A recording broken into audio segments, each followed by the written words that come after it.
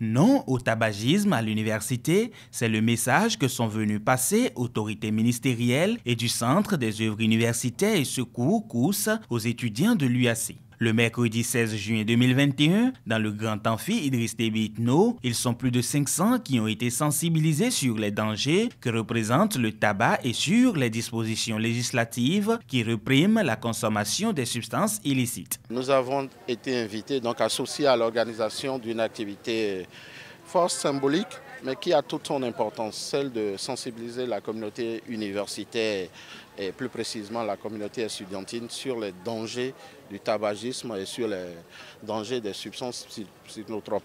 Organisée par le COUSAC, cette séance de sensibilisation, qui n'est pas la première, découle du constat selon lequel certains étudiants s'adonnent effectivement à la consommation de stupéfiants malgré les dangers que représente cela pour leur santé et leurs études. Nous avons commencé à Kétou la semaine dernière et aujourd'hui nous sommes à Abomey-Calavi. C'est parce que c'est un fléau de nos jours. La jeunesse s'adonne à des pratiques qui plombent leur avenir et nous avons voulu les sensibiliser aujourd'hui sur ce fléau. Que vous soyez donc fumeur direct comme fumeur passif, le danger est le même. Danger que nous courons en inhalant donc ces substances nocives pour notre santé, nocives pour l'environnement, etc.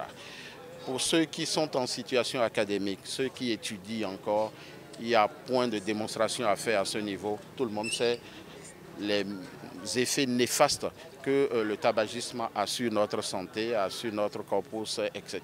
Donc nous sommes venus leur rappeler ça. Et au-delà de cela, leur rappeler qu'il y a déjà un arsenal juridique en République du Bénin qui sanctionne cela. La loi dicte les conditions de production, de vente, de consommation du tabac en République du Bénin. Et lorsqu'on nous a fait une démonstration tout à l'heure, vous et moi, vous avez donc compris que personne ne respecte donc ces conditions-là. Pour mieux porter le message auprès des étudiants, une conférence a été animée par le professeur Josiane Ezinroungbe, psychiatre. Le cannabis et les opiacés, quand ils activent des neurones, parce que leur structure chimique imite celle du neurotransmetteur naturel, cette ressemblance de structure trompe souvent les récepteurs et permet aux substances de se verrouiller sur les cellules nerveuses qui envoient des messages anormaux. Ça va entraîner un dysfonctionnement. Et c'est ces perturbations qui vont s'exprimer par les hallucinations et tout ce que nous avons.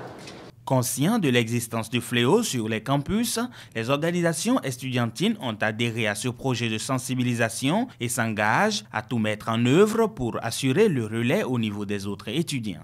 Il faut rappeler à toutes fins utiles que l'exécution de ce projet est l'initiative des organisations estudiantines.